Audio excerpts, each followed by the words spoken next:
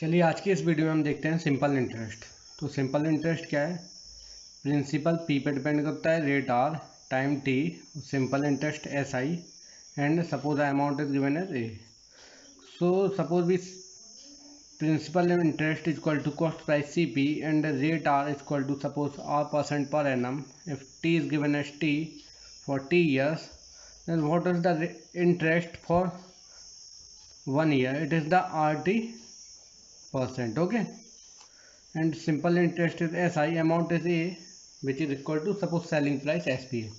So now we derive the formula of simple interest using profit and loss concept. Okay, चलिए देखते हैं। तो हमको मालूम है सेलिंग प्राइस क्या होता है। Selling price equal to cost price into 100 plus profit percent divide by 100। तो सेलिंग प्राइस को हमने क्या माना हुआ है? सेलिंग प्राइस क्या है? अमाउंट। तो ए कॉस्ट प्राइस क्या है? कॉस्ट प्राइस प्रिंसिपल है, divide into 100 plus profit. Profit क्या है? ए हमारा RT परसेंट, जो RT परसेंट दिया हुआ है ये क्या है? प्रॉफिट है। प्रॉफिट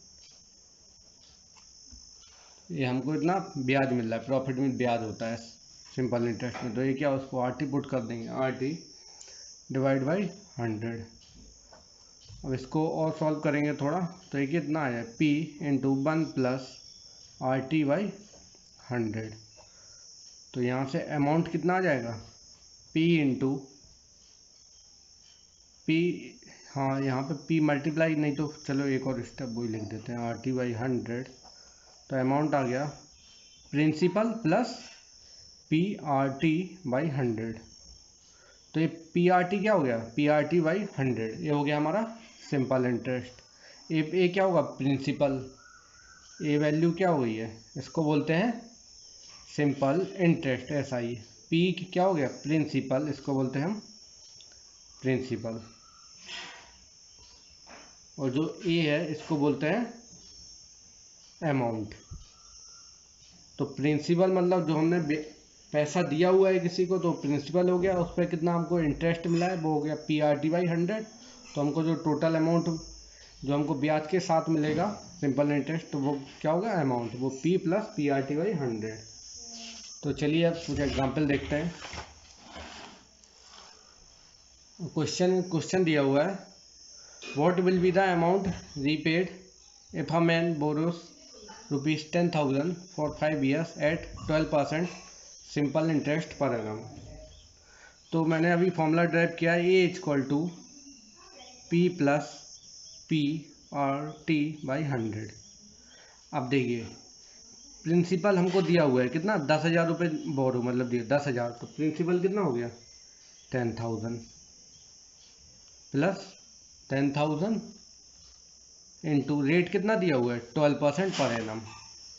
तो 12 इंटू टाइम कितना दिया हुआ? 5 years डिवाइड बाई 100। तो ये 20 कैंसिल, ये कितना हो जाए? 10,000 प्लस 12 पंचे 60, 6,000। तो टोटल कितना हो जाएगा? ₹16,000। तो अमाउंट कितना हमको मिलेगा जो हमने ब्याज पे दिया हुआ है बोरो 10,000, तो हमको रिपीट कितना करेगा मैन? 16,000 रुपये। चलिए अब दूसरा क्वेश्चन देखते हैं। A sum at a simple interest at 8% per annum amounts to be 3,720 after 3 years. Find the sum।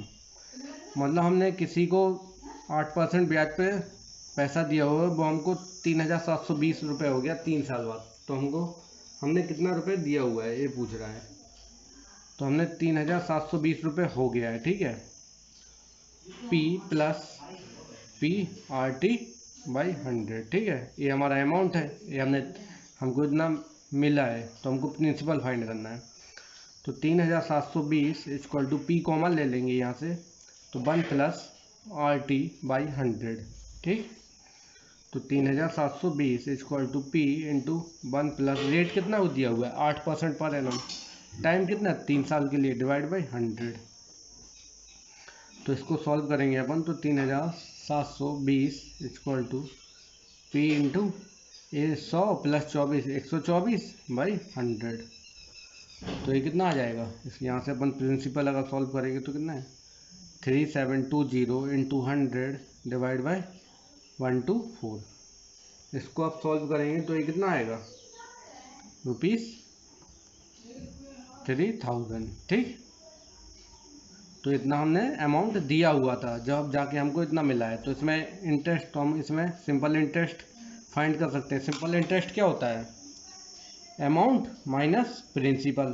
तो अमाउंट कितना था 3720 माइनस प्रिंसिपल, ये हमने फाइंड किया है 3000। तो हमको सिंपल इंटरेस्ट कितना मिला 720 रुपये। तो ब्याज हमको कितना मिला 720 और प्रिंसिपल कितना हो गया 3000। Okay, thank you.